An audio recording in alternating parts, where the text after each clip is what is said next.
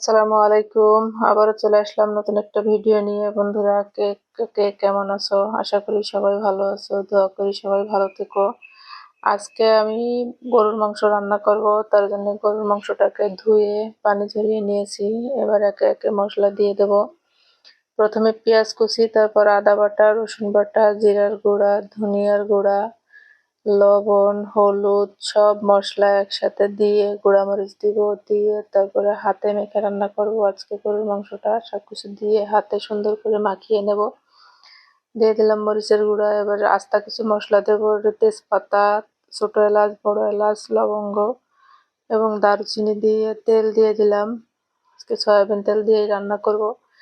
তেল দিয়ে মাংসটাকে ভালো করে মাখিয়ে নেব।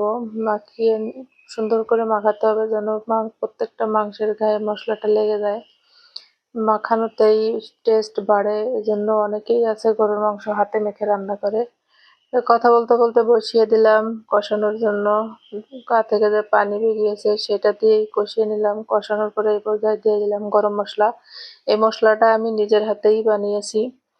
সুন্দর করে নেড়ে চেড়ে খানিকক্ষণ কষিয়ে নেব। কষিয়ে নিয়ে যখন দেখবো মশলাটা নিচে লেগে যাচ্ছে, তখনই মাংস সেদ্ধ হওয়ার জন্য পানি দিয়ে দেব। পানি দিয়ে মাংসটা সেদ্ধ হওয়ার জন্য পানি দিয়ে ঢেকে দিতে হবে। ঢেকে ঢেকে রান্না করতে হবে, তাহলে তাড়াতাড়ি হয়ে যাবে। পর্যাপ্ত পরিমাণ পানি দিয়ে দিলাম। এবার নেড়ে চেড়ে ঢাকনা দিয়ে ঢেকে দেব। ঢেকে দিয়ে অপেক্ষা করতে হবে মাংসটা সেদ্ধ হওয়া পর্যন্ত। মাঝখানে ঢাকনাটা উঠিয়ে এই পর্যায়ে দিয়ে দিলাম রসুন বাটা আর জিরার গুঁড়া। এই সময় এই মশলাটা দিলে মাংসের ফ্লেভারটাই চেঞ্জ হয়ে যায়, অনেক সুন্দর একটা ফ্লেভার আসে। যারা এভাবে খাননি তারা এভাবে খেয়ে দেখবেন।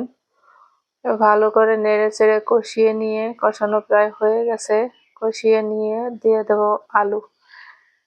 আলুটা আমি আগে থেকেই কেটে ধুয়ে রেখেছিলাম। দিয়ে দিলাম একে একে আলু। আলু দেওয়ার পরে দিয়ে দিতে হবে একটু লবণ। একটু ঝোলে লবণ ঠিক আছে, আলুর জন্য একটু লবণ দিয়ে দিতে হবে। আলু দিয়ে ঢেকে দিলাম। ঢেকে দিয়ে আবার উল্টিয়ে যখন দেখবো যে পানিটা টেনে গেছে, তখন দিয়ে দেবো ঝোলের পানি। এই পানিতে আলুটা সিদ্ধ হবে, আলু সিদ্ধ হয়ে যাবে এবং মাংসটাও যতটুকু সিদ্ধ হওয়া দরকার সিদ্ধ হয়ে যাবে। তাহলেই হয়ে যাবে আমার রান্না শেষ। মাংসটা একটু ঝোলটা বেশি থাকবে, কারণ ওরা রুটি দিয়ে খাবে। মাংসের ঝোল পছন্দ করে বাসার সবাই, তাই আলু দিয়ে ঝোল করছি যাতে ঝোল দিয়ে রুটিও খেতে পারে। ঢাকনা দিয়ে ঢেকে দেবো।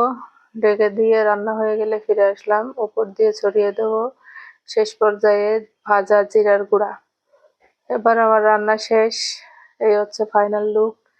দেখতে যেরকম সুন্দর হয়েছে, খেতেও অনেক মজা হয়েছে।